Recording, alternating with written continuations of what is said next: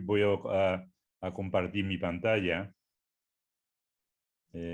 Vamos a ver. Bueno, en primer lugar, agradecer al doctor John Carrasco y a toda PACEIF la amable invitación de estar con ustedes aquí, sobre todo con tantos amigos como el doctor Kawahara, el doctor Rui Ribeiro, el doctor Pernaute, Rana Pular y el doctor Omar de la Clínica Mayo, todos tan amigos y que para mí es un auténtico placer el estar esta noche con todos ustedes y también con el moderador, con Cristian y con John Carrasco. Bueno, en primer lugar, yo creo que es una controversia un poco, yo diría que artificial, ¿no? Curso duodenal de una o dos, no, son dos cosas que pueden ser muy compatibles, como espero exponerles a lo largo de las siguientes diapositivas. Bueno, voy a poner ya el modo de presentación. El título de la ponencia es Cruce duodenal de una o dos anastomosis. Bueno, esos son los disclosures. Los disclosures más importantes y quiero comunicarles es lo que hacemos nosotros en el Departamento de Cirugía de la Universidad Complutense de Madrid. Utilizamos y hacemos gastrectomía vertical en un 44% de los casos, bien como procedimiento definitivo, como primer paso para hacer después el cruce duodenal una sola anastomosis, el SADIS.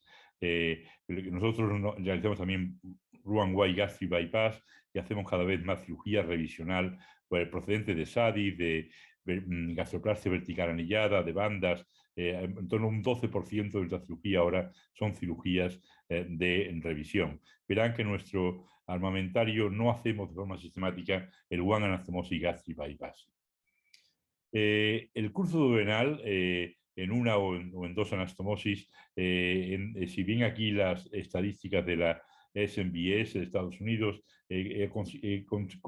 constituye el 1% de todas las operaciones bariátricas, pero como verán en la siguiente diapositiva, esto puede ser una cifra engañosa, porque en este estudio que realizamos hace 3 años, con autores, la mayoría americanos, y Jan Himpels y yo desde Europa, vean cómo el incremento en la cirugía de revisión del cruce duodenal es del 63% en estos 3 años, pero cuando nos focalizamos en el incremento de procedimientos quirúrgicos tras fallo o cirugía revisional, este incremento del cruce duodenal es del 114%.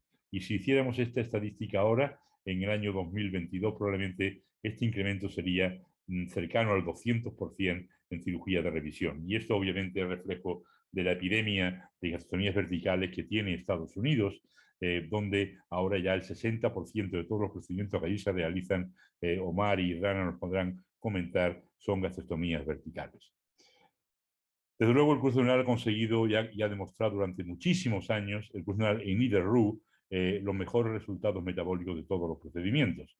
Pero ¿por qué no ha llegado y no es popular? Yo creo que son dos las razones que le llevaron a esta situación. Uno, que es una cirugía compleja, sobre todo cuando se instauró la vía laparoscópica, no lo era con la vía abierta, pero cuando se introdujo la laparoscopia sí que se identificó, se vio como más compleja, y desde luego el concepto de la malabsorción seguía siendo un problema. Y esto era debido a que se hacían anastomosis y se hacen anastomosis en el cruce duodenal IDER-RU a una distancia muy corta de la válvula fecal, es decir, con un canal común corto.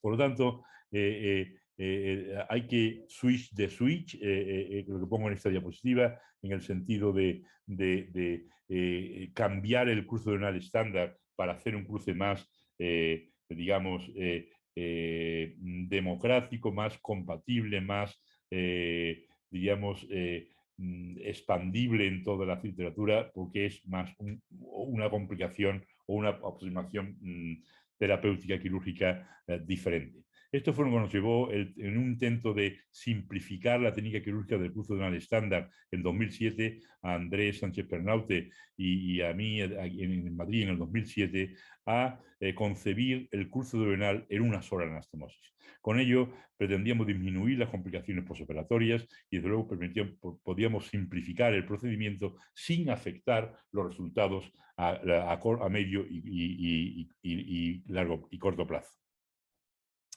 En principio, el concepto que establecimos fue realizar una gastrectomía vertical no muy estrecha, es una bujía de 18 milímetros de 54 French, y hacer una anastomosis no tan cerca del válvulo ileocecal como los 100 centímetros o los 50 del Cruce Duodenal y de Roux. Iniciamos a 200 y después, viendo que tuvimos que reoperar a algunos pacientes, nos tuvimos 50 pacientes, cambiamos a hacerla a 250 de la válvula ileocecal, haciendo una reconstrucción en Billroth 2 con una sola anastomosis duodeno ileal con estas características.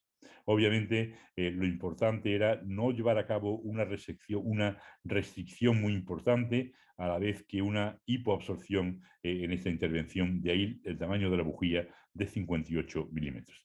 Este es un clip donde ven como, a pesar de una bujía de 18 milímetros dentro, nos pegamos, nos ceñimos a ella, y daría igual utilizar una bujía un poquito más estrecha y alejarse un poco. Nosotros utilizamos refuerzo para hacer esta anastomosis vertical, y después hacemos la disección tan lejos del duodeno como podamos para tener cuanto más duodeno mejor. No ligamos la arteria gástrica derecha para preservar no solamente la vascularización, sino también la inervación de esa zona, y en esta parte no utilizamos refuerzo. Y después, en un intento de simplificar el curso duodenal Niederruh, del cual después nos hablará el doctor Kawahara, pues hacemos una anastomosis libre de tensión sin tener que ligar la gástrica derecha, una sola anastomosis.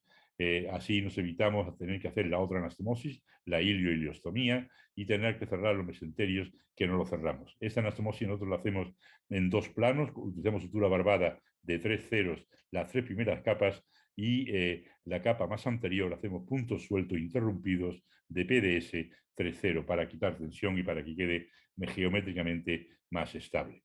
Recientemente hemos publicado nuestros resultados a 10 años en la revista Obesity Surgery, y estos resultados de 10 años han demostrado que esta cirugía, el Cruce Duodenal en una sola anastomosis, con este perfil de nuestros pacientes, que son pacientes, ven, que metabólicamente importantes, muchos diabéticos, muchos hipertensos, la edad, el BMI medio es de 46%, de 46 kilogramos por metro cuadrado, mucha dislipidemia, enfermos metabólicos y muy obesos.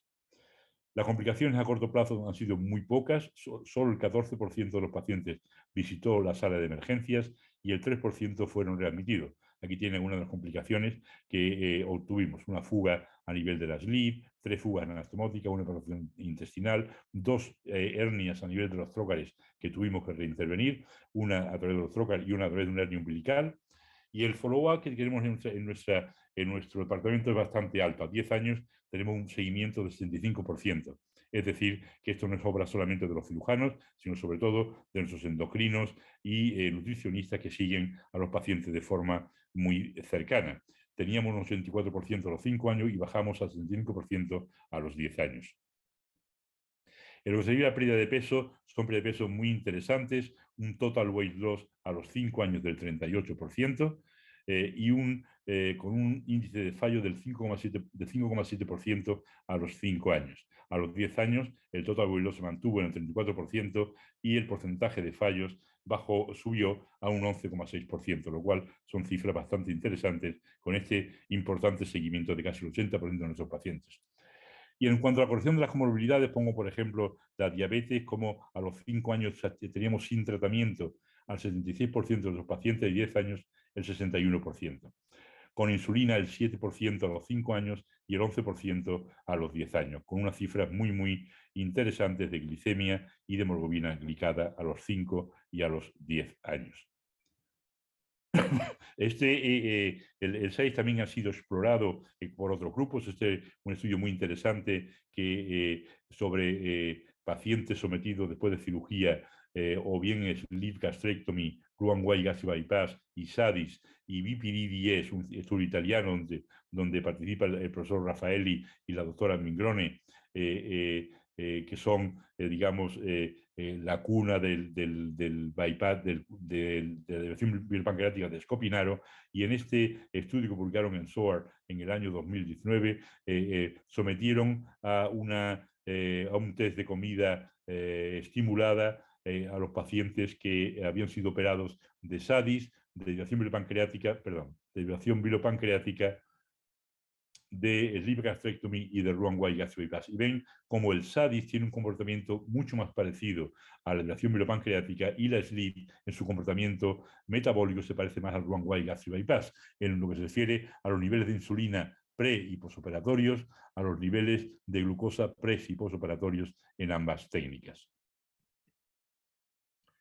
Cuando se compara, o hemos tratado de comparar el curso duodenal estándar en Roux con el SADIS, y diseñamos un estudio ibérico que llamamos con 2 hospitales en España, nuestro hospital y el hospital de Belviche en Barcelona, y un hospital portugués en Oporto, con el doctor Nora a la cabeza.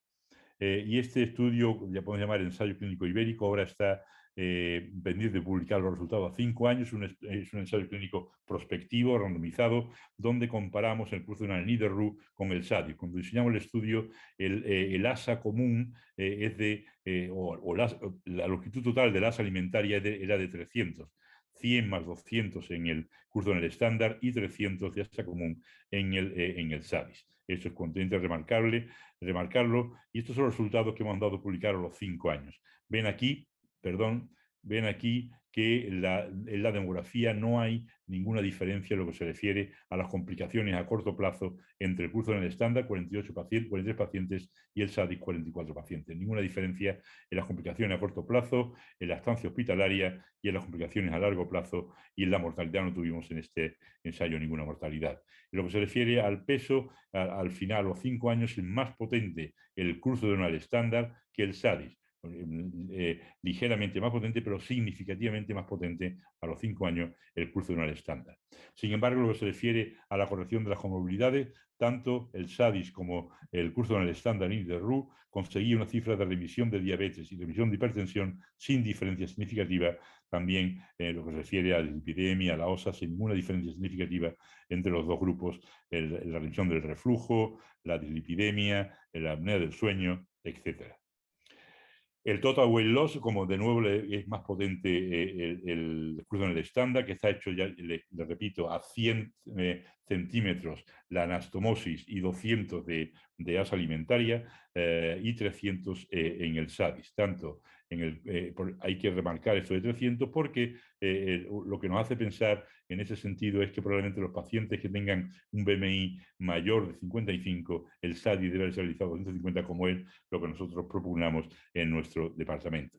También un subgrupo de estos pacientes fueron examinados a ver qué componente de malabsorción o qué técnica tenía mayor componente de malabsorción, si el curso de una Roux o el SADIS. Y claramente, estudiando el test de la respiración de la malabsorción de grasa y la malabsorción de sales biliares, era mayor malabsorción en los pacientes con cruce duodenal, 77% versus 60%, eso a los 3 meses, y a los 12 meses ninguno de los pacientes con SADIS tenía mala absorción de grasa y el 85% de los pacientes con curso duodenal estándar tenían mala absorción de grasa. En lo que se refiere a las sales biliares,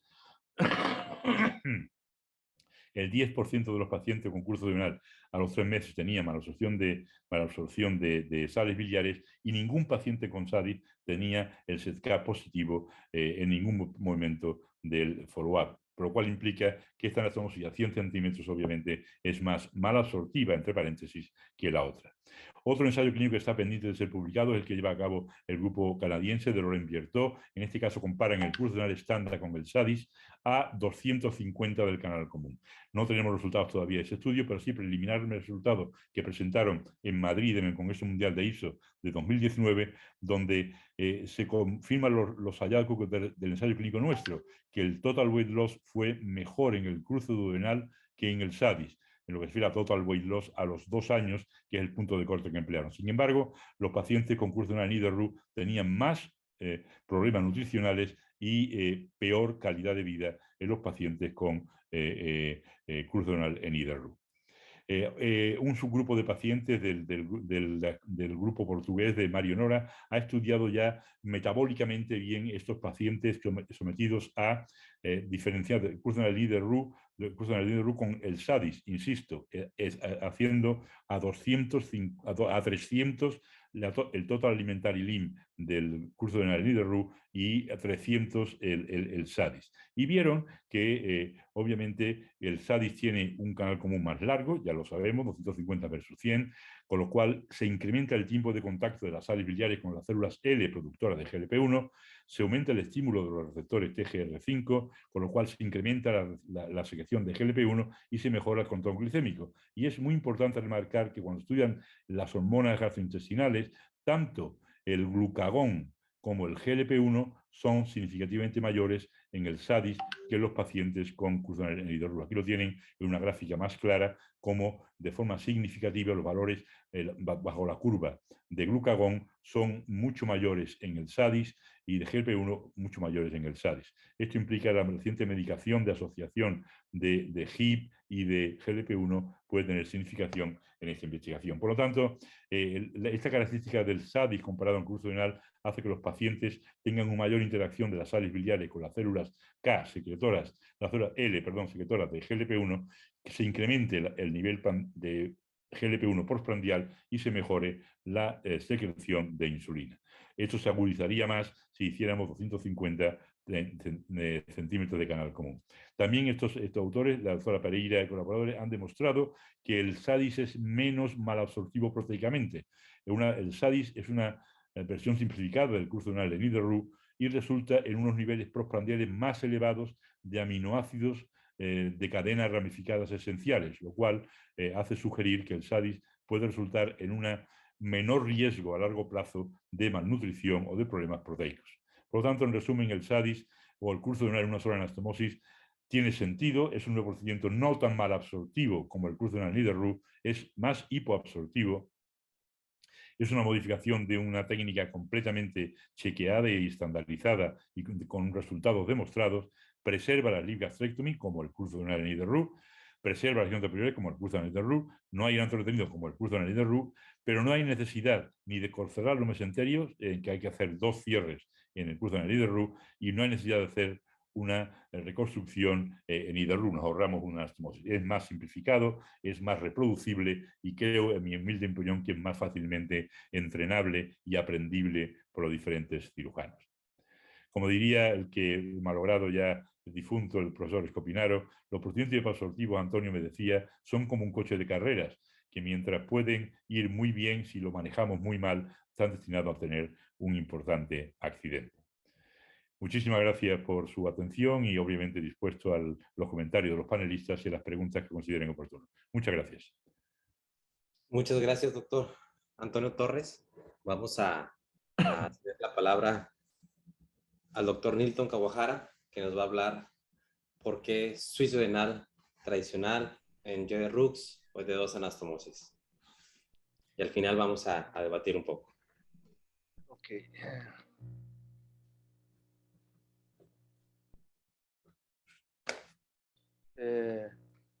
Can you see my slide?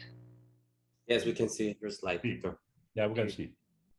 First of all, I'd like to thank you the invitation to be here with all my friends.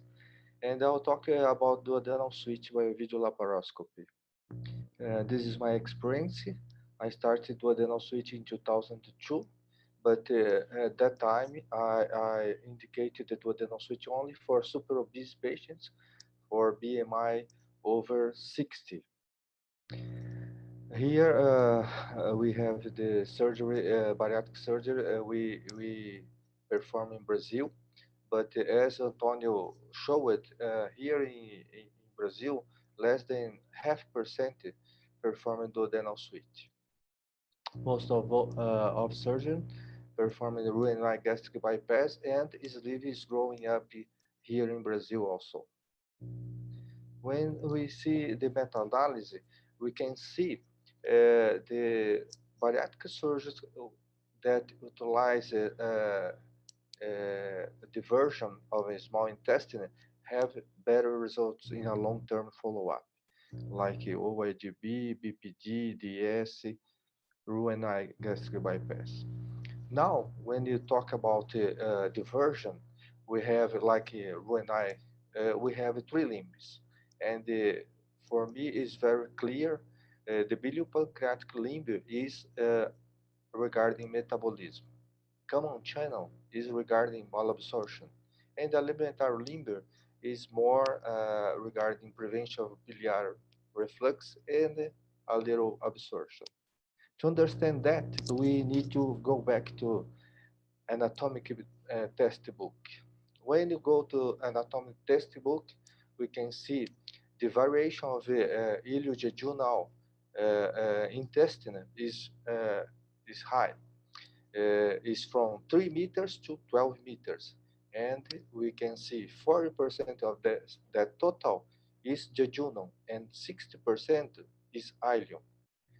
This is from the textbook since 18 and when you see that paper, when analyze the length of the human intestine, we can see for women the median is 5.75 centimeters, and for men 6.25 centimeters. Most of the patients have around 6 to 6.5 meters, but less than 5% have less than 6 meters, and more than 15 to 18% have more than 6 meters. So this is very, very important. From 2010, I routinely measure the whole jejunal intestine, and I found in my patients from 4 meters to 10 meters. Remember, 40% are jejunal, 6% is ileum. And when we do surgery, we make diversion, intestinal diversion, this is very important because if you have a patient with 400 centimeters, we have 160 centimeters of jejunum, 40%, and 240 centimeters of ileum. Most of a patient have around 6 meters, 600 centimeters. So 240 centimeters of jejunum, 360 centimeters of ileum. And in the other extreme, we have 10 meters, and in that patient, we have 4 meters of jejunum and 6 meters of ileum. So it's totally different if you do a diversion, a small intestine diversion with different size, different length. This is how I measure the intestine. This is the position. I usually put the scope on the umbilical sides and with the two graspers from the left side of the patient, I start from the ileocecal valve to triangle. Every 10 centimeters, I put a mark in the grasper, and every 1 meter, I put a stitch, starting from ileocecal valve to triangle. This is, I think, very important when we analyze the mechanism of action. In the past, we are talking about restriction and malabsorption and some hormones. But nowadays, we have new players about bio, microbiota, and new receptors. And it is a very complex chain, and the bio is one of the most important players in this chain. Here, what we have regarding the duodenal switch, we have the decrease of ghrelin, increase of hormone like GLP-1, PYY, increase of bile acid absorption, increase receptors stimulation like farnesoid X, receptor FGF19, TGR5, micro changes in the microbiota, and increase of energy consumption.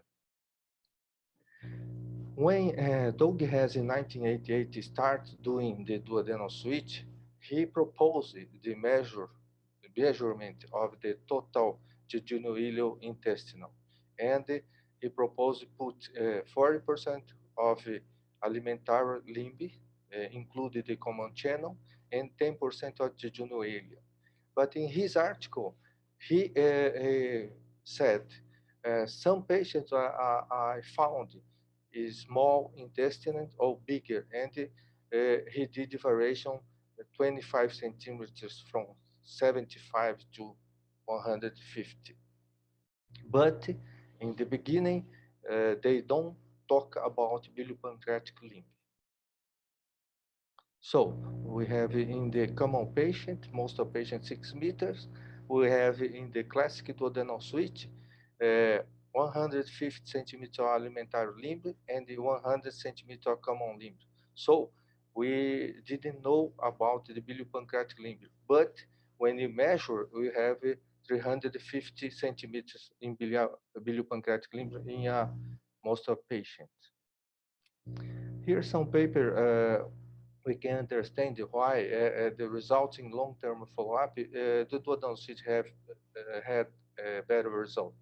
When you compare with Roux-en-Y gastric bypass, the energy expenditure of the duodenal switch is better than Roux-en-Y gastric bypass. Regarding the biliary acids, over 5 years, duodenal switch have better result when you compare with gastric bypass. And when we saw these two papers from Japan, maybe we can understand why in a long-term follow-up we have a better result. This paper from Tohoku University, from Professor Naito, he compared this diversion with different limb measurement, length of limb of biliopancreatic limb. And as when you have the excluded duodenum, as the biliopancreatic limb is bigger, we have a better result. And he marks the bile, and what we observed in this biliopancreatic limb absorb bile. When the food passed to the duodenum and the jejunum, this limb didn't absorb bile. But when we exclude the duodenum and the more jejunum you have, more bile you have.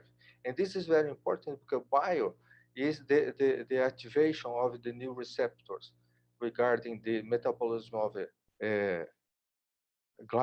glycid and the fat. Those two papers compare SADS and duodenal switch, and in the long term, more than 5 years, show better results regarding weight loss and remission of comorbidities.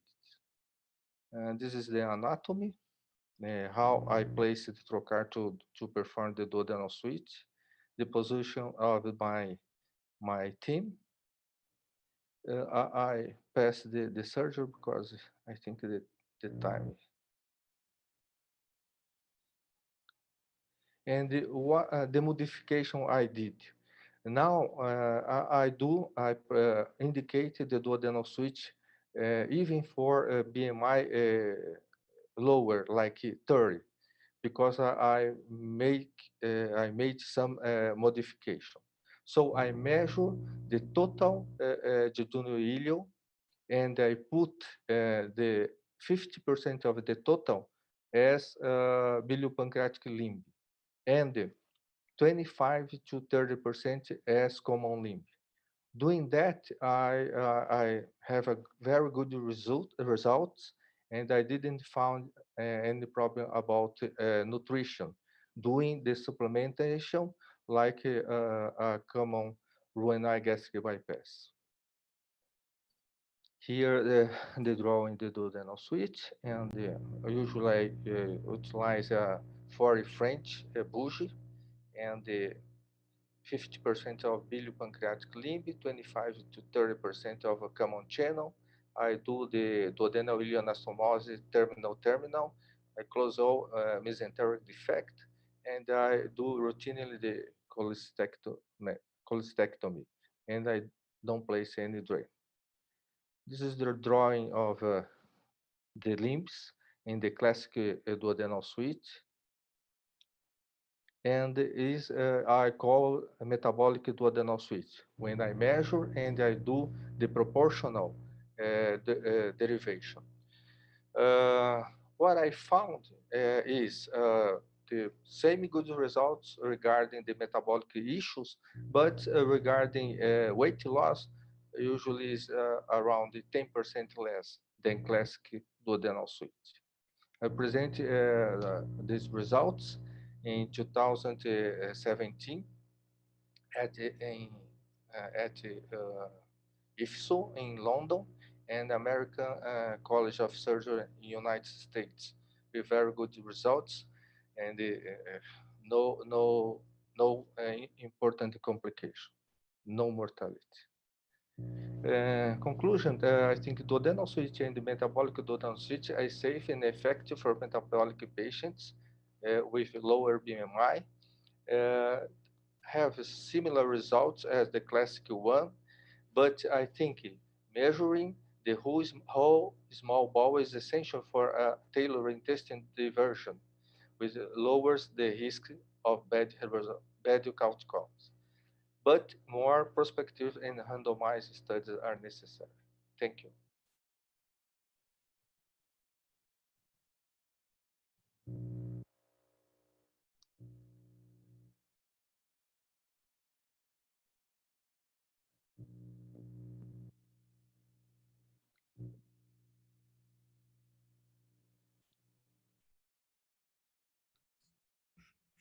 Thank you so much, Dr. Newton. So I have a question for Dr. Newton. Hi. Is there a chance for you to do a one anastomosis duodenal switch, a status? Is there any situation that you can do a one anastomosis? Yes, I think to teach the duodenal switch, because SADS is a duodenal switch, but with one anastomosis. To Correct. teach for residents and younger surgeons, bariatric surgeons, I think is a good option. And but I measure, if I do that, the technique of Antonio, I measure the whole jejunum and I put half of the total in the anastomose, the duodenal ilioanastomose. Because if I need it in the future, I could just cut that anastomose and put a common channel in 25 or 30%, and go into the duodenal switch, the metabolic or the classic one. Do you But start? I think it's a good option for a sleeve, like a bridge between the sleeve to duodenal switch. I think the sides is a very good option, like a bridge. Okay, doctor. And another question. Do you start with the duodenal anastomosis or do you start with the ileal anastomosis? I start with the duodenal ilioanastomose. I start doing the sleeve gastrectomy, and before the sleeve, I transect the duodenum, and after the transection of the duodenum, I do the sleeve because it's easier to handle the sleeve. And after that, I go to the small intestine and do the derivation. Okay, correct. Thank you so much, Dr. Newton. Yo tengo una pregunta para usted, doctor Antonio Torres. ¿Hay alguna situación, un escenario en donde usted pueda hacer una Y de Rux, dos anastomosis? Nosotros hemos hecho muchas dos anastomosis, Cruce Duodenal. Nosotros empezamos en los años finales de los 90, hace muchos años, el siglo pasado, hacíamos Cruce Duodenal en IDRU estándar. Empezamos haciendo Escopinaro, después el Cruce Duodenal en IDRU, por vía abierta cuando empezó la era laparoscópica, ya a mediados de los 90. Ya empezamos a ver que, bueno, pues que la dificultad de hacer el Cruce Duodenal entero por la paroscopia era compleja. Yo estuve con el doctor Newton Kawahara en Sao Paulo aprendiendo el manejo laparoscópico del Cruce Duodenal y de RU, pero vimos con el paso del tiempo que ese Cruce Duodenal con dos anastomosis, con el cierre de 2 mesenterios, era bastante demandante. Y cuando nos preguntamos por qué se hacía la IDRU, nos respondimos a nosotros mismos que no había ninguna razón. ¿Por qué se hace la IDRU? No hay ninguna razón, porque la IDRU la hizo Roux, el cirujano francés, para quitar la bilis de la úlcera duodenal, ¿no? Y Tom de Mister, ¿no? El concepto de duodenal switch era derivar la bilis de la zona de la úlcera intratable, ¿no? Pero no tiene nada que ver con la obesidad, ni con el sobrepeso, ni con la cirugía bariátrica. Por lo tanto, pensamos que una sola anastomosis podría ser, pues como yo le decía, más reproducible, y es lo que dice el doctor Nirtagojara, que estoy de acuerdo con él. Creo que efectivamente, como hemos visto en los resultados que tenemos nosotros, hemos participado nosotros en el estudio que él comenta del grupo de Belviche de Barcelona, y nuestro ensayo clínico lo ha demostrado, ¿no? Si se hace una total asa alimentaria, es decir, de 300, 100 más 200, 100 de común, con 100 de alimentaria, el cruce de una de Roux es más potente, es más malabsortivo. Y es más potente no solamente para perder peso, sino también para inducir más malabsorción. En los estudios que les he comentado de la absorción de sales biliares, de la malabsorción proteica, y es una cirugía más potente. Yo creo que con el SADIS podemos cubrir las necesidades metabólicas y de pérdida de peso de la mayor parte de los pacientes muy obesos y muy metabólicos, ¿no? Y el cruce duodenal estándar quedaría reservado, en nuestra opinión, para aquellos casos que hemos realizado algunos, sobre todo con el grupo de Belviche, de reflujo biliar muy importante, pero ese reflujo biliar ocurre cuando se manipula mucho el píloro y se liga a la gástrica derecha, en nuestra opinión. Si se mantiene la gástrica derecha, no solamente el vaso, sino la inervación de esa curvatura menor, la función pilórica permanece y el reflujo biliar es muy raro. Es verdad que si un paciente reganara mucho peso tras un SADIS, podíamos hacer un cruce duodenal estándar. Simplemente es cortar el asa y bajarla abajo a hacer un asa común. Pero creo que hoy en día, con el armamentario farmacológico que tenemos tan importante, y más que va a venir, en aquellos pacientes donde falle un SADIS, probablemente será muy, muy excepcional la necesidad de tener que realizar una anastomosis en IDRU. A veces lo hemos hecho en quirófano durante la cirugía, cuando el hilio no nos llega bien. Y entonces lo primero que hacemos es, cuando no nos llega bien, es avanzar un poco. En vez de 2,50, hacemos 2,75. Y si aún así no llega, una opción técnica es hacer la IDRU, porque entonces la tensión disminuye.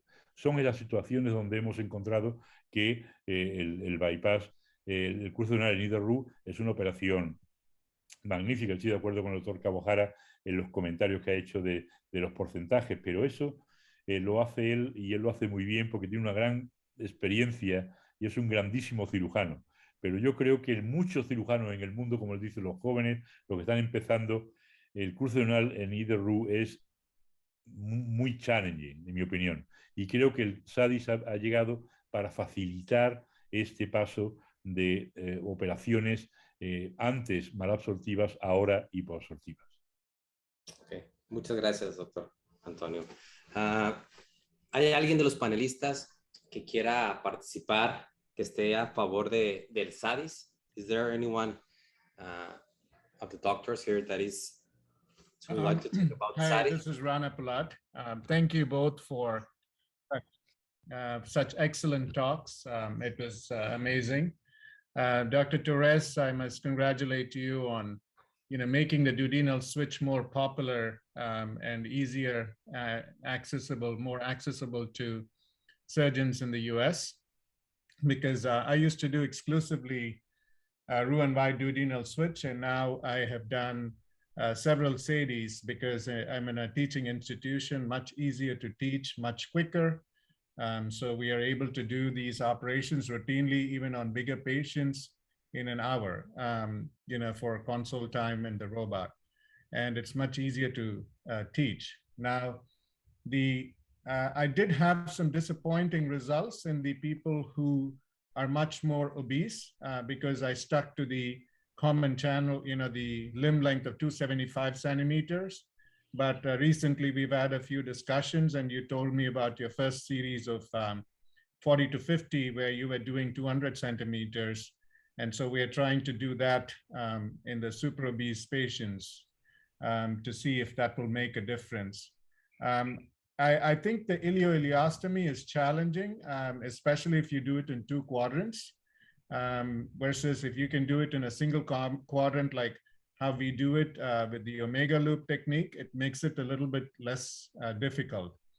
To Dr. Kawahara, I must congratulate you for having the patience to count the entire bowel, because I know Kazunori Kazama in Japan, he does the same for sleeve DJB in the lower BMI patients. But have you ever encountered any enterotomies while trying to count the bowel? Do you find that very laborious? Because it seems like your operative time is 210 to 280 minutes. Do you think that adds very significantly to your operative time of counting the entire bowel? I must congratulate you because that is an amazing experience you have, and you've showed the variability in bowel length and how that could affect the procedure. So that's amazing that you're doing it, but how reproducible is that? Do you think that if you teach people how to do this, they end up, because these are usually very obese patients, you end up with a greater chance of causing an enterotomy or a bowel perforation while counting the bowel? Hi, thank you for the question. And the history about the bowel, I think, is because my PhD about laparoscopy is standardization in laparoscopy for penetrate abdominal trauma. So I teach my resident to run the bowel since 1993. So to me, it's very common to teach is that. And for obese patient, this is like 6-7 minutes more.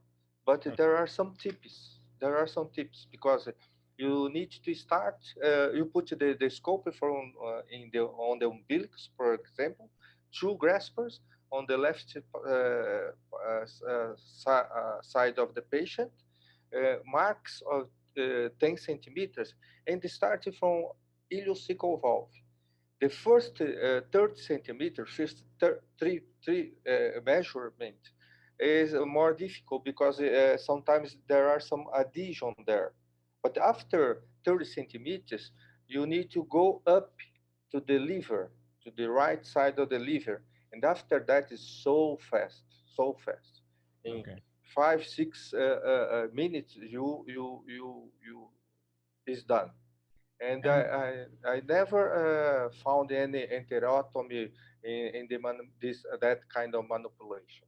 But I think it's very important for all kind of diversion for bariatric or even metabolic surgery, because now more and more, for example, if you have 4 meters the ileojejunal limb, it is dangerous. You Yes. apply some derivations. And if you find 10 meters, is another issue. Yes. Probably fail in some cases. And sometimes when we have these very, very big BMIs of 70, 80 males, and I'm doing a traditional Roux-en-Y duodenal switch, we don't take the gallbladder in the same setting. What we do is we bring them back 6 months once the liver size is reduced. At that time, we take the gallbladder and then do the mesenteric closure at that time, because sometimes exposing the Peterson defect in those patients at that original BMI of 70 or 80 can be extremely challenging. So we routinely do our gallbladder surgery for this purpose. 6 months later, we almost take every duodenal switch patient's gallbladder, but we take it 6 months later. So even if we have closed the defects, we see a lot of the defects have opened back up, and we do that. We take that opportunity to close it again. Yeah, those patients, very high patients, like 70, 80. Here in Brazil, we put this that kind of patient 1 month on diet in a special hospital, and when you go to the surgery, it's totally different. And when it's possible, I prefer to start with the cholecystectomy, because if in the future you have some problem with the gallbladder, and the migration of is a concern, big concern. Yeah. Thank you, both Dr. Torres, Dr. Kawahara, and for the panel, and thank you, Dr. Tarasto, for the invite, and Dr. Rodriguez for the moderation. I appreciate again being part of this panel. There is a lot of very nice things that were mentioned in both presentations, and even Rena's questions as well, regarding bowel measurement. In fact, I do perform both SADIs and DS. I'm mainly through laparoscopy, not robotics. Rana has way more experience when it comes to the robot. My procedure choice is different. In fact, these are not, although they are similar, they are not similar when it comes to outcomes. DS is more of a, I would say, similar to the Ferrari picture, but I would say it's a more malabsorptive procedure than the SADI, we like it or not. There is, of course, all of the studies that have been out are not identical. There is a big heterogeneity in between the studies to make a definite conclusion about how these surgeries outcomes are.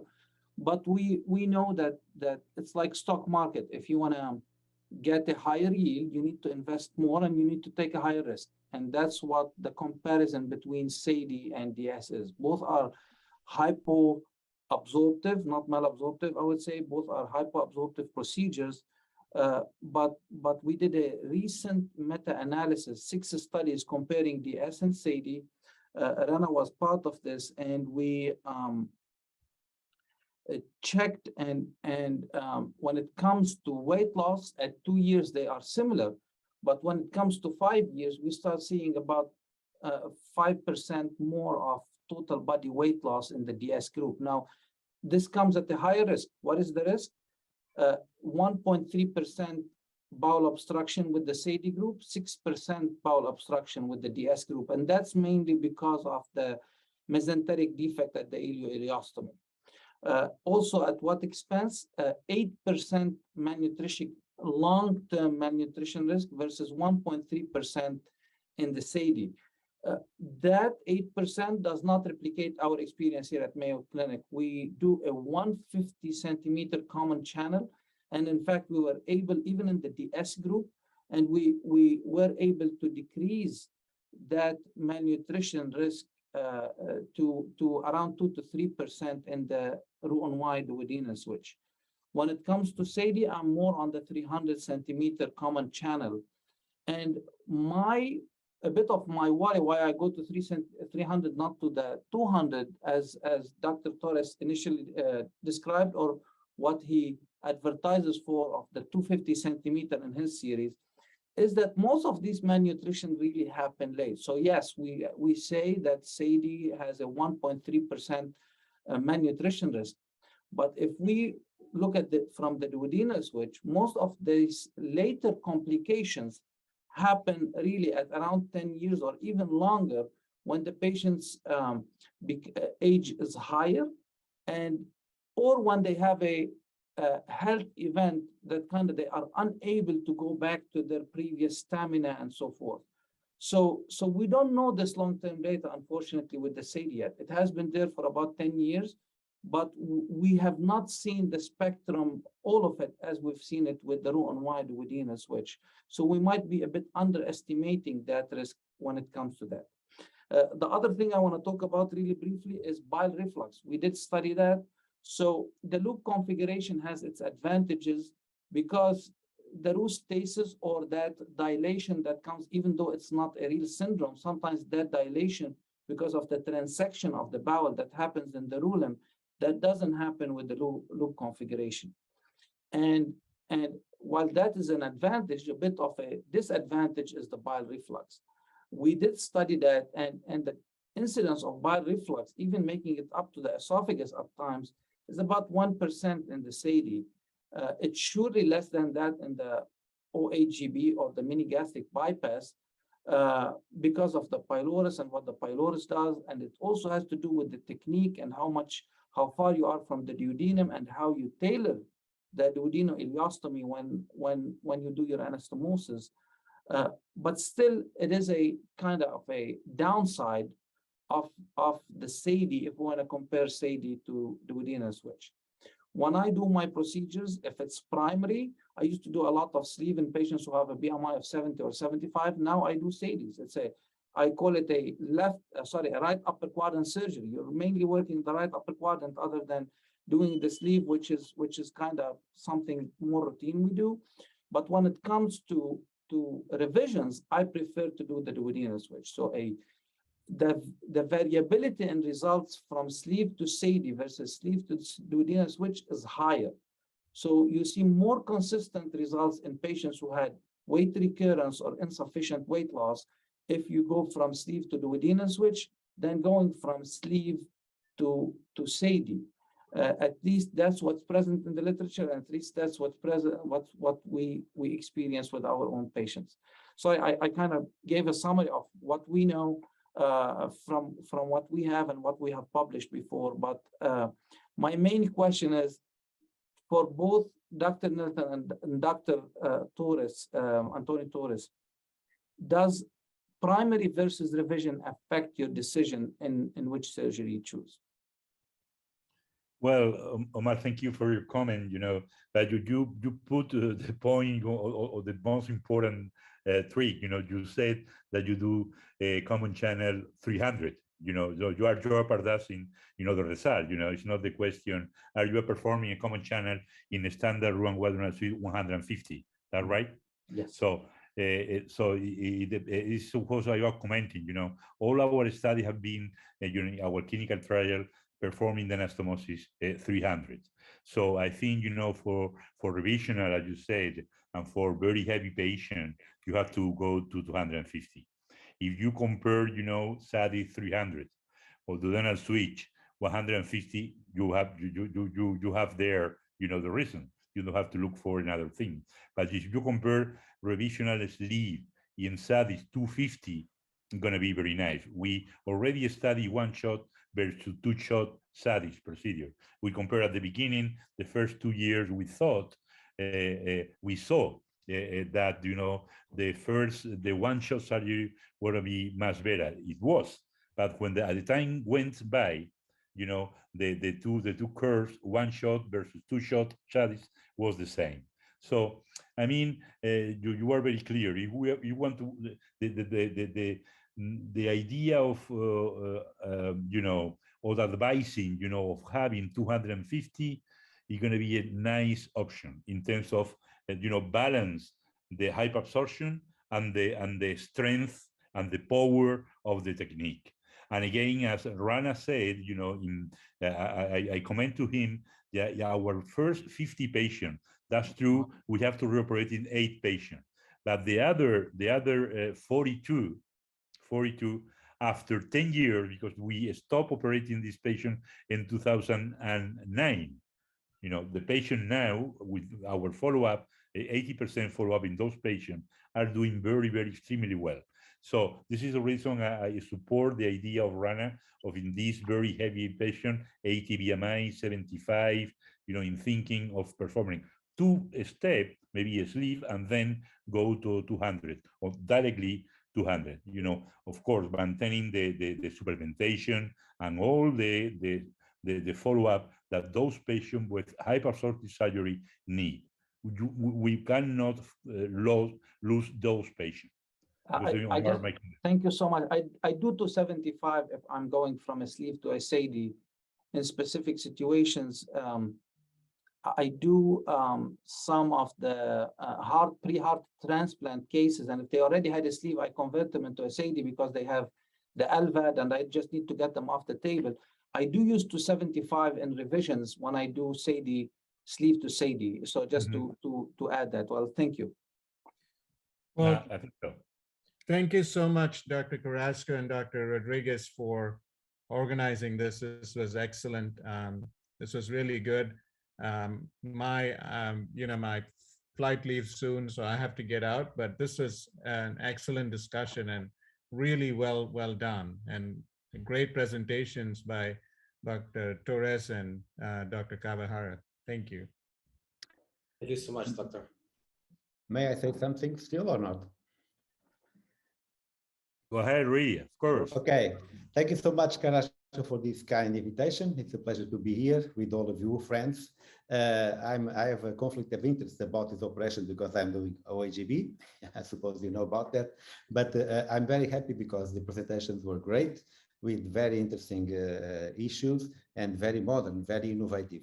And mainly because the studies concept and Dr. Torres appeals a lot about the concept of one anastomosis, one single anastomosis for bariatric procedure. And that's very important because, in my opinion, it has different advantages, like you have been commented, having less Peterson hernia. And that's really a problem in the Roux-en-Y configuration techniques, and that's for the future of the patient. And other aspect of the one small one advantage is the what we can call the alloilium theory from Santoro, is that we are going to have a common and unique absorptive channel with, and Dr. Nilton commented it very well, we are going to have more ileal stimulation, because we have more bile and undigested food that will stimulate the L cells and the other incretins in order to have more acid and also more acid bile in the blood, all together working for a better metabolic effect. And that's an improved effect of the one anastomosis concept. And also Dr. Cavara has brought us the concept very innovative, and I defend it a lot, both I've commented, which is to measure all the bowel and to make a tailoring of the bowel length. I suppose that's very, very important nowadays for two reasons. We can maximize the effectiveness of the surgery about weight loss and about metabolic effect mainly, and we can also reduce to a minimum the malabsorption issues, because if you measure the bowel and if you leave enough bowel for absorption, 50%, 25% for the common channel, plus the alimentary limb in the case of Cavara, the real risk of malnutrition is very, very low, and we can be more relaxed and to give better research to our patients. So I suppose it's very important, and also the metabolic effect will be improved. I'm practicing those two concepts, one anastomosis and tailoring approach about the bowel length, and I'm happy with the outcomes. If I can put only a couple of questions, because I suppose it's important. One to Antonio. My dear Antonio, what would you recommend if you have a case of ascites with excessive weight loss? How do you solve that question? I suppose it's important to spread that message. And to Dr. Cavara, what would you do? What are you doing when we have a patient with a lot of adhesions in the bowel? Thank you, Rui, for your comment. You know, I know you are on holiday. You know, enjoy your holidays. Yeah, I'm in Mexico. Anyway, Mexico, actually. answer your question. You know, I think very important question. You know, just in the case that the patient after the studies has some malnutrition or some problems that you have to reoperate the patient. Even though I like to point out it's very easy to do. We have to prepare the patient with a nice protein and albumin levels before the reintervention. We have to admit the patient for some days previously, and then we dismantle the anastomosis. You have to put a stapler, you know, in the anastomosis in the side of the ileum, you know, being aware of taking care of not producing any stenosis there, and then, you know, leave it and go upwards. And you can go as upwards until the jejunum. If the patient has some liver failure, we have a couple of cases, we have to perform the anastomosis between the duodenum and the jejunum, like the Japanese guys do, and the proximal studies or duodenum jejunostomy, you know. And honestly speaking, you know, the patient did it very well, you know, with this strategy. Prepare the patient before the reintervention and be ready with a nice, you know, hepatic function to put the albumin in the proper level, the coagulation, you know, to treat all the coagulation factor, and then to reoperate the patient, dismantle the anastomosis, and perform a new one proximally. Approximately, standardly, we increase in the patient we have operating 1 meter, 1.5 meters, but if the patient is some important failure, go up as the jejunum. Okay, good, thank you. Hello. Milton. Rui. Well, first of all, that kind of proportional measurement for diversion is for duodenal switch, not Sure. for bypass, neither OAGB. So I think it's important to know about that because Ru and I gastric bypass or OAGB is different from duodenal switch because the pouch is so smaller than the sleeve of the duodenal switch. If in my patient, if I found a lot of adhesion, I go take down all adhesions and I try to measure the whole small bowel. That's what I do. And can I answer the question of Dr. Omar? Yes, please. Okay. May I, Rui? May I Yes, Sure, answer? sure. Yeah. absolutely. Did you answer, ask to me if I indicate the same for primary or revisional, right? And the indication for duodenal switch as primary or revisional, the most important thing to me is BMI. If the BMI is over 50, 60, 70, super obese, I will do a classic duodenal switch. At the classic duodenal switch, I measure the whole iliojejunal limb and I put the common limb 30%, the 30% of the total ileum. Because when you consider the classic one, you thought in 6 meter and the 100 centimeters as common and the 250 as the total alimentary, common plus alimentary limb. That 100 centimeter regarding the 6 meter is about 30%. That is the classic duodenal switch. Absolutely. Thank you. Newton, just a little remark. Of course, the rules are different. You have a fixed tailoring rule only according to the bowel length. I personally, I do according to the BMI and to the pathologies, the comorbidities of the patient. And it's, of course, a different rule. I won't go for that now. But do you think that could you tailor your rule if you have a super obese patient or mega obese patient with an important and old diabetes, would you consider to change your rule in order to get more metabolic effect? For Ru and I gastric bypass? No, in duodenal switch. Duodenal switch? Yes. No. Yes. Sorry. More metabolic. I put the most important thing is put the whole jejunum in the biliopancreatic limb. That's what I think the papers from Japan show. That biliopancreatic limb in the duodenal switch absorbed the bile and the bile activated the new receptors. Yeah. That is the concept. The rationale. And the rest is the common limb concern about the malabsorption.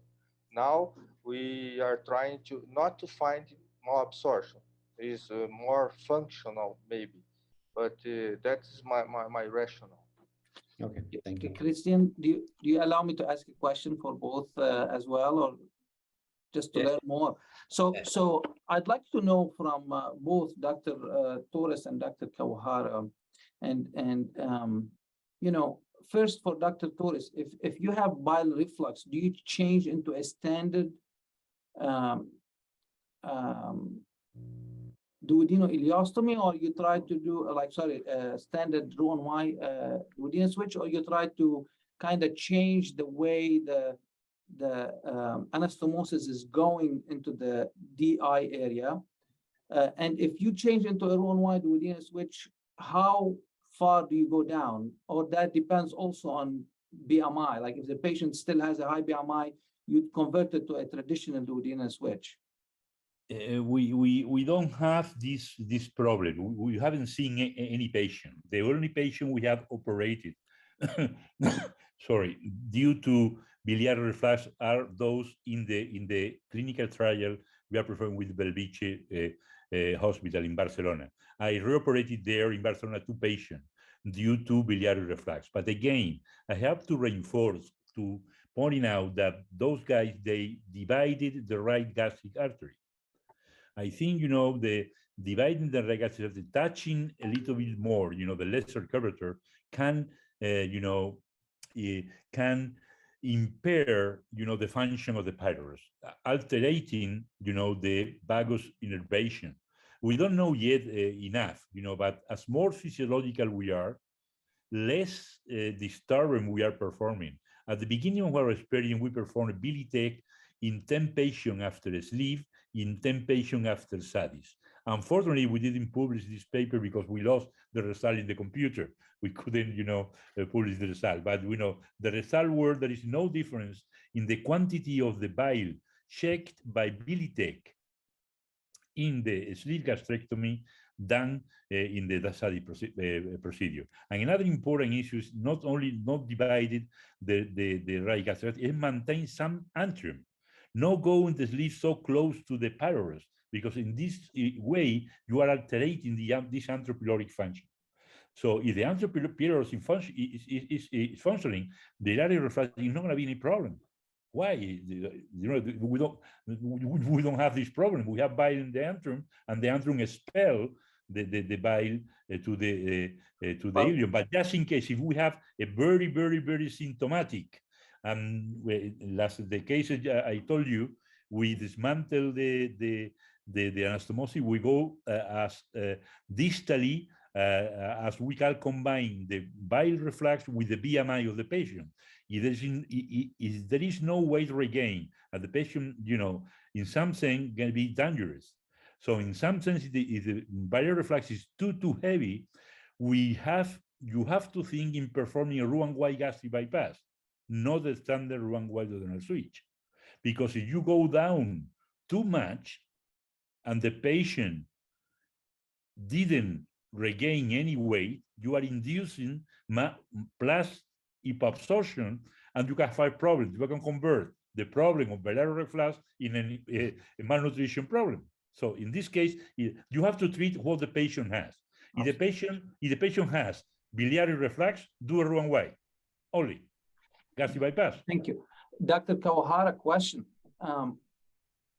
If you have malnutrition and a duodenal switch patient, do you go first for a kissing anastomosis, or do you readjust your limb length? First, I measure the whole limbs to try to understand, and if necessary, I adjust it. But if you want to do something simple, Dr. Doug has, I think, published one technique like keep it simple, KISS, like put 1 meter from the anastomosis, but 1 meter from the pancreatic limb, and put an enterostomy. So doing that, no problem about malnutrition. The patient recovers very well. But I think now, first, I measure the whole limbs to understand what happened.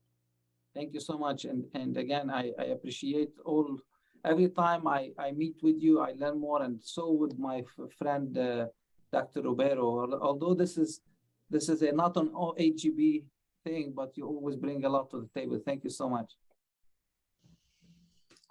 Okay. A question for all the doctors. Is there anyone who divide or ligation of the right gastric artery? I do selectively. Yeah, selectively. For me, number one is no tension on the DI. So I do it selectively. If it reaches without, then great. It doesn't matter which surgery, SADI or duodenal switch. If there is number one, no tension on the DI. And to answer Antonio, he's right about the lesser curve vagus stimulation, but the counter argument is cut the right gastric and you'll have a more vertical sleeve and a more drainage for the DI. So we truly don't know all hypotheses, but both sides present a good case. So If you divide the right gastric, you have a literally vertical, completely vertical straight sleeve without any angulation, and that can empty the sleeve better. So if you hear both sides, you might be getting different answers, but again, we truly don't know. Okay. So another technical question is about the duodenal ileal anastomosis. Do you do hands-on anastomosis, or do you try to do a mechanical with a staple anastomosis and then close it with a suture? Can I? May Yes, I? I do terminal, manual, 2 layers, and doing that, I preserve the gastric artery, right gastric artery, but I do terminal. So doing that, when you control by endoscopy, it's very straight, very straight. Um, why I do manual? Because usually you don't have too much duodenal. You have 3 centimeter, maximum 4 centimeters. If you use the stapler, you will lose like 2 more centimeters of duodenal. That's why I do hands-on. I preserve more duodenal. If it is important or not, I don't know. okay. We do both, hands-on and a stapler. And staple it. You know, the advice is going to be, if you have a stapler, don't use a cartridge bigger than 45, you know, because anastomosis at the end going to be 3 centimeters. The ideal cartridge is going to be 30 millimeter cartridge, but you can use both. We are now performing a prospective study, compare stapler versus hands-on, and we haven't had any problem in no one. You know, we have included 25 patients in each arm, but we don't have any problem. You know, I think we also do 2 layers, as Dr. Kawahara does. And you know, I think it's a very safe anastomosis. You know, it's like your anastomosis, small bowel with small bowel, and healthy small bowel with healthy small bowel. I don't think you have to be scared, to be afraid about that. You know, it's a myth. You know, the duodenum is a myth, not the second. You know, here, guys, I don't know, you have your different hospital and units, young surgeon doing a total gastrectomy, Whipple procedure. They don't care about, you know, about the duodenum. You know, they perform the procedure that the patient deserves. No, depending on the fear of the surgeons. I do Antonio? hands-on. Yes. Oh, sorry. sorry. No, I just do hands-on, like 2 layers posterior, 2 layers anterior. I know Rana has even experience with doing just 1 layer posterior and anterior. I don't have the courage, and I've never, knock on wood, I've had my share of complications with all the surgeries, but never had the leak at the GJ or the DIs yet. Again, I had my shares. I'm not saying I don't have complications, but when it comes to leak, I haven't had that using hands-on anastomosis. So I'm double layered. So that's why I'm not changing my technique. I would say do whatever works for you as a surgeon. And if you're having good outcomes with the staple, Dr. He's from Carolinas. He does double staple for the duodenal ileostomy. I'm not comfortable doing it, but he claims that he has great results too. May I have a question? Anyone in the panel reinforce the duodenal stump? No? Antonio? No, No, I don't. don't touch. You know, very well vascularized. Don't touch. If you touch, you are jeopardizing, you know, the anatomy. I think we have to be as more physiological as we can. You know, it's the reason we don't divide the right gastric artery. We don't know what we are doing, guys, because we don't know the exact mechanism involving our surgery. I think my opinion, my perspective, my approach is going to be to do or to be as more physiological we can, you know, in getting the same result. But anyway, I totally agree with you, Antonio. The only time I had a bleeder that for some reason the clip wouldn't hold at the edge of so I tried to take a suture, and the moment I put the bite in the duodenum on the other side, I felt if I'm going to bring it together, it's going to tear. I just left it and put compression for about 5 minutes with the gauze and decided not to do it. Imbrication on the duodenal stop 100% can cause more harm at least. More harm benefit. than benefits. What about you, Dr. Kawahara? Do you reinforce or no? I reinforce it. Ah. But and you use the blue cartridge? I do purple. Blue cartridge? I do purple load. Purple or blue, Purple, depending not on the purple. company. Yeah. Purple one, blue the other. Because I've heard Purple, Medtronic, blue, I've heard Johnson & Johnson. some surgeons are using the beige or white. Did The tan, the tan. Yeah, the tan. And I wouldn't see why not. I just would take bleeding any day over leak at the duodenal stump any day. So that's why I do purple, but it's a very thin tissue. So if you're, I mean, you know, you've done a lot.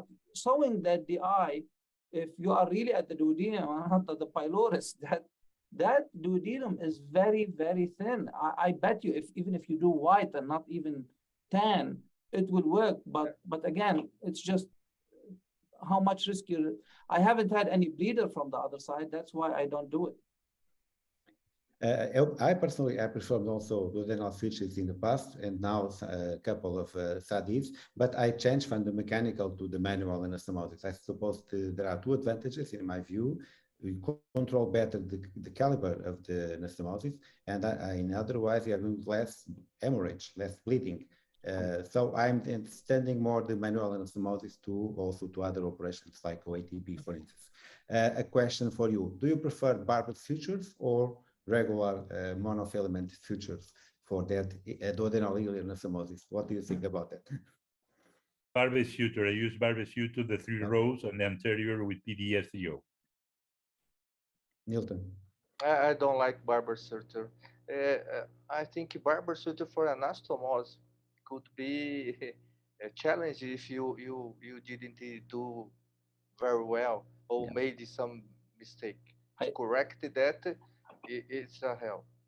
I do not do barb suture. I do just like vicryls, dyed 2O vicryls. So a PDS can be an option too. I know Higa's group changed from vicryl to PDS. So did I. I'm now using PDS. I suppose it's more easy. And if you go for the robots, it's also somehow easier to work with. Okay, I have a question for all your doctors. What is, do you do a test, a functional test of the pylorus before surgery? No, I don't know any you know, test that can be, you know, analyzing the function. I think manometry of the pylorus, I don't think going to be enough. There is no way. Yeah, I agree. Nothing. No. And another question: what is the future of the duodenal switch? What do you know? What do you need to understand more about the duodenal switch? Is there something you need to understand more? Where are we going? I missed this point, Christian, because I didn't want to give a longer. Sorry, I know I talked much when I gave my part, but the ASMBS numbers, because Antonio mentioned this, the ASMBS numbers for 2020, which the paper just came out and so I was part of it. The duodenal switch is double 200%, even for primary cases. So an increase went from 0.9 to 1.8% between 2019 and 2020. So the duodenal switch. Now, this can be one of two things. Either people are doing SADI here in the US and coding it as a duodenal switch because of insurance purposes, or it's a true duodenal switch increase because there is more people getting in the robot and becoming more comfortable suturing in the pelvis and doing that ileostomy. So the numbers are higher.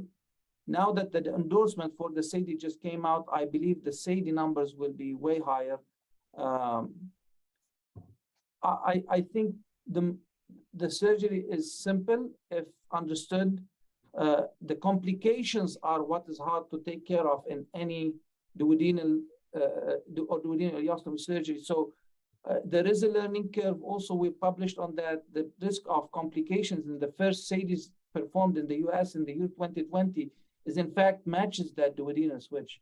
So I say all these numbers so that people just don't jump on the surgery and start doing them just because 3 or 4 doctors came on the screen. And there is a learning curve, and they need to do it properly. The question, in my opinion, it's a little, it's a different approach, Christian. We have to learn our history, not repeat it.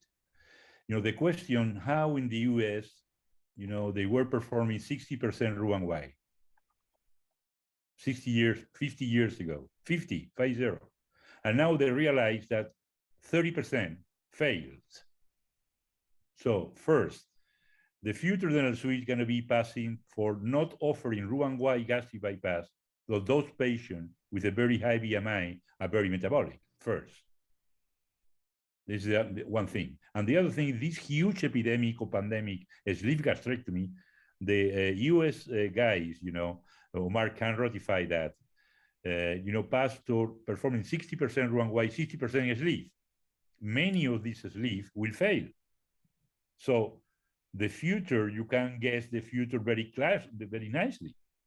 You can perform more studies, more one anastomosis bypass, more, any other procedure that don't offer people Roux-en-Y because it fails. It's going to be a nightmare. It's being a nightmare. This is the reason we are now converting many Roux-en-Y in studies. Thankfully, medication can help those patients. Unfortunately, there in the state, the insurance company, they don't pay for more than one procedure. So all these, in a cocktail, you're going to be design the future of those procedures. But anyway, I think it's I'm talking too much. I think it's time.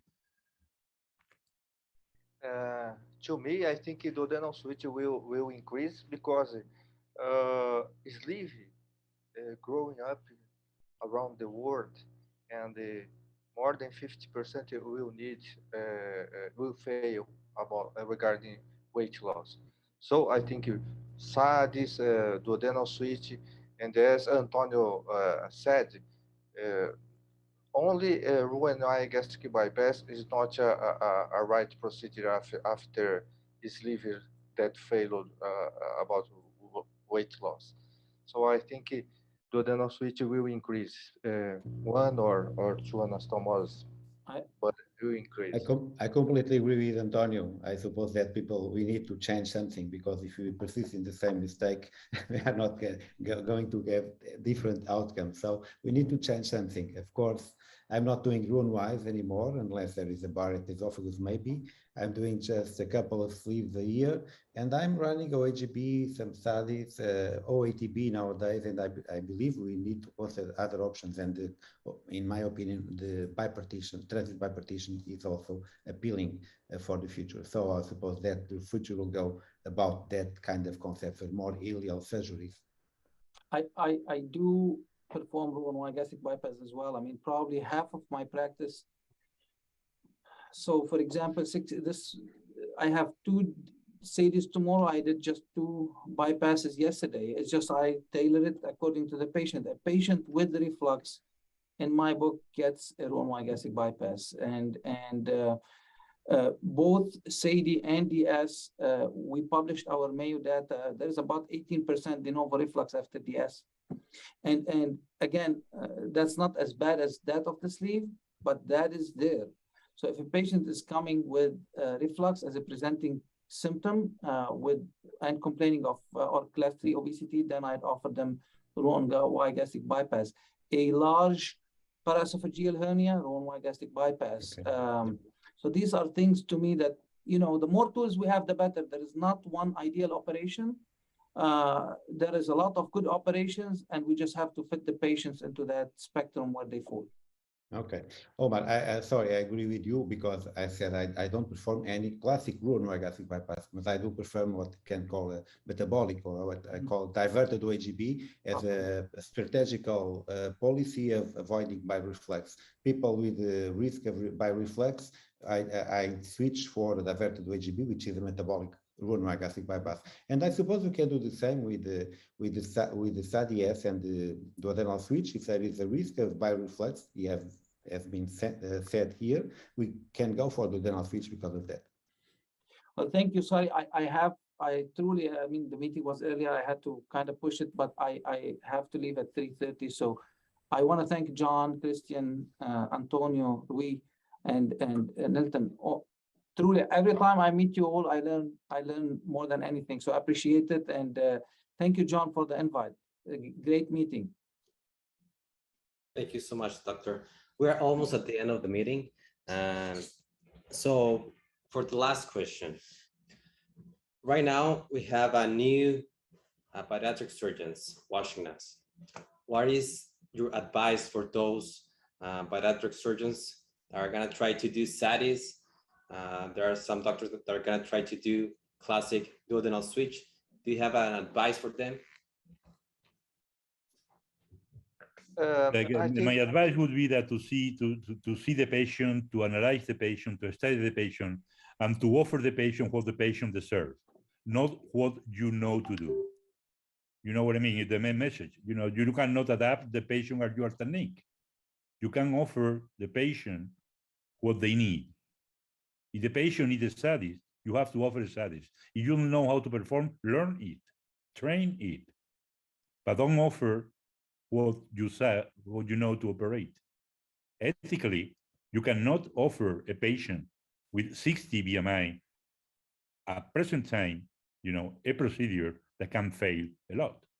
It's my opinion. My advice is to offer the patient what the patient deserves, not what you as surgeon know how to perform. I agree with Antonio. I think bariatric surgeon should know all kind of procedure, like we old surgeons, we did everything. But if you, it's important to know the classic, because different from the classic from the SADS, for example, is an enteroenterostomy. So the most difficult part of the duodenal switch is the dissection of the duodenum, the duodenal ileal anastomosis, and not the enteroenterostomy. So if you need to transform the SADS to duodenal switch, probably if you know to do the SADS, you will know to transform to do the duodenal switch. Well, if I may also, I agree with both of you. Of course, I suppose that we must know all the techniques theoretically. We need to know how to proceed with some of them and to practice some of them. And if you don't know to practice it, please get education, and there are lots of chances for that. And we have now courses, we have the simulators. Please don't go and don't put your patient in risk, and be clever and select the best patient for the best operation for your best patient. Thank you so much to all the doctors. Gracias a todos. Damos por terminado esta plática en donde el tema principal es el Cruce Duodenal, y estamos frente a los doctores a nivel mundial que mejor conocen este procedimiento. Pues un honor estar aquí con ustedes platicando. Seguramente nos volveremos a ver y será un honor poder estar con ustedes en los quirófanos. Y damos por terminado esta plática. Muchísimas gracias Antonio, Rui, Nilton y a Omar, que también ya salió.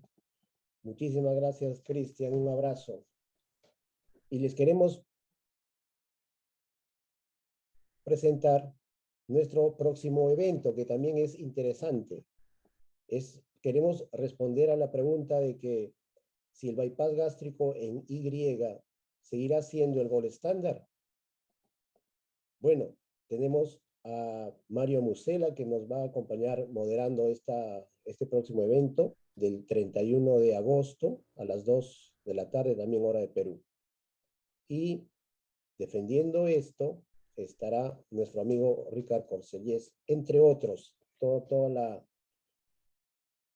el panel los anunciaremos luego. Muchísimas gracias y nos estaremos comunicando posteriormente. Hasta luego, John. Adiós. Hasta luego. Adiós, Ok. Rui. Hasta luego, Adiós, Nilton. Antonio. Adiós. Adiós, Nilton. Gracias. Adiós, Adiós, Adiós. Antonio, Hasta Rui, luego. E Christian also. Christian. Muy bueno estar con vosotros. Y me voy para la piscina ahora, disculpen. Chao. Antonio.